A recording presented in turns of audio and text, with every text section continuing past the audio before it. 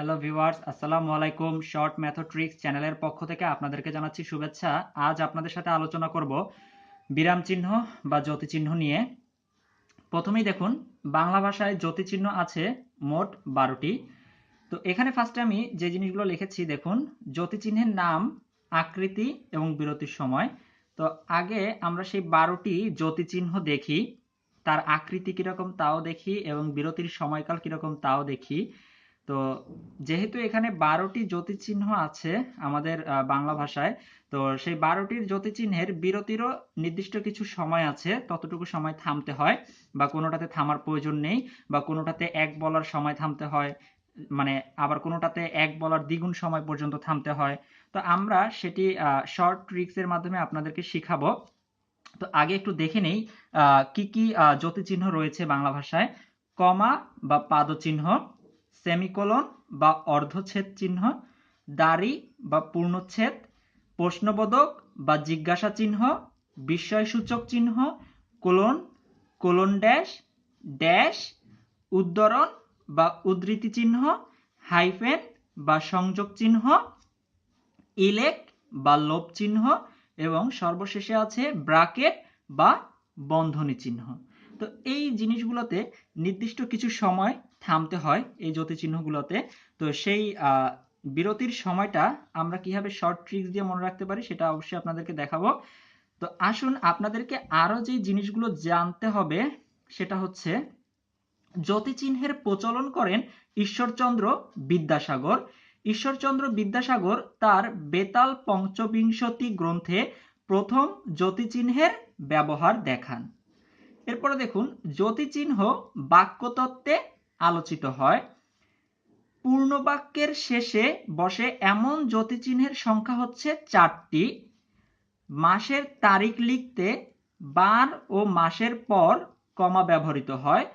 বাড়ি বা রাস্তার নম্বরের পর কমা ব্যবহৃত হয়।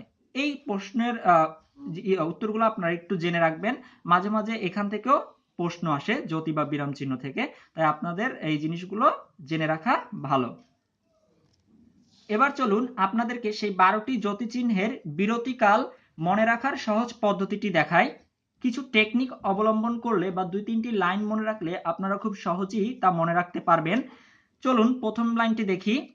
প্রথম লাইনটি হচ্ছে, কোলন ড্যাশ 1 সেকেন্ড দাঁড়াবি। ধরুন কোলন ড্যাশ হচ্ছে আপনার বন্ধু, আপনার একজন বন্ধুর নাম হচ্ছে কোলন ড্যাশ। তো আপনি তাকে বলতেছেন, কোলন ড্যাশ 1 সেকেন্ড দাঁড়াবি। তো দেখুন এই একটি লাইনের মাধ্যমে আপনি 6টি জ্যোতিচিহ্ন শিখে গেলেন, যাতে দাঁড়াতে হবে বা থামতে হবে 1 সেকেন্ড, মানে 1 সেকেন্ড সময় অপেক্ষা করতে হবে। তো দেখুন প্রথমে আছে কোলন, তাই কোলন, এখানে আছে ড্যাশ, তারপর হচ্ছে পুরোটা একসাথে কোলন ড্যাশ। তো এতে থামবো আমরা 1 সেকেন্ড।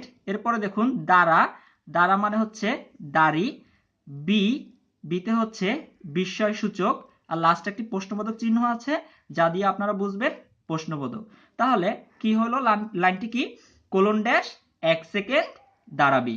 তো এবার মনে করুন আপনার সেই বন্ধু একটু ভাব নিল, সে আপনার জন্য দাঁড়াতে চাচ্ছে না। তো আপনি তখন তাকে বলতেছেন, দেখুন দ্বিতীয় লাইনটি, হাই ব্রো, থামার দরকার নাই, ঠিক আছে, তোমার দাঁড়ানোর দরকার নাই। তো দেখুন এই লাইনটি দিয়েও মনে রাখতে পারেন কোথায় কোথায় থামার দরকার নেই। হা, হা মানে হচ্ছে হাইফেন, রস্যই অর্থাৎ ইলেক, ব্রো, ব্রোতে হচ্ছে ব্রাকেট, ব্রাকেট আছে 3টি, প্রথম ব্রাকেট, দ্বিতীয় ব্রাকেট এবং তৃতীয় ব্রাকেট। তো এই জিনিসগুলোতে কোনো থামার দরকার নাই। এবার আসুন লাস্ট আরেকটি, যেটি হচ্ছে একটি ছড়ার মাধ্যমে, অনেকটা ছড়ার মতো। তো আপনারা এটি মনে রেখে সেটি মনে রাখবেন। যেমন দেখুন, এক বলার সময় ক্ষমা করে উদ্ধার করুন, সেমিকোলনের সময় দ্বিগুণ। অর্থাৎ এক বলার সময় যখন আপনি এক বলতে যাবেন তখন ক্ষমা করে উদ্ধার করুন, সেমিকোলনের সময় দ্বিগুণ। এখানে আপনাদের মানে মনে রাখার জন্য আমি অনেকটা ছন্দের মতো করে মিলাই রাখছি। যেমন দেখুন, করুন দ্বিগুণ। তো এখানে ক্ষমা মানে হচ্ছে কমা, উদ্ধার মানে হচ্ছে উদ্ধরণ চিহ্ন এবং সেমিকোলন মানে সেমিকোলন। তো এই কমা এবং উদ্ধরণ চিহ্নে আপনারা থামবেন এক বলার সময় যতটুকু লাগে ততটুকু সময় থামবেন। তাই আমি লিখে রেখেছি এক বলার সময় ক্ষমা করে উদ্ধার করুন, আর সেমিকোলনের সময় দ্বিগুণ, অর্থাৎ সেমিকোলন বলতে এক বলার দ্বিগুণ সময় অপেক্ষা করবেন। কমা এবং উদ্ধরণ চিহ্নতে যদি এক বলার সময় থামেন, তাহলে সেমিকোলনে থামবেন তার চেয়ে দ্বিগুণ সময়। তো আপনারা এভাবে শর্ট টেকনিক অ্যাপ্লাই করে খুব সহজে মনে রাখতে পারেন। আপনাদের যদি আমাদের এই চ্যানেলটি ভালো লেগে থাকে তাহলে অবশ্যই চ্যানেলটি সাবস্ক্রাইব করবেন। তো আজ তাহলে এতটুকুই। সবাই ভালো থাকবেন, সুস্থ থাকবেন। আল্লাহ হাফেজ। আসসালামু আলাইকুম।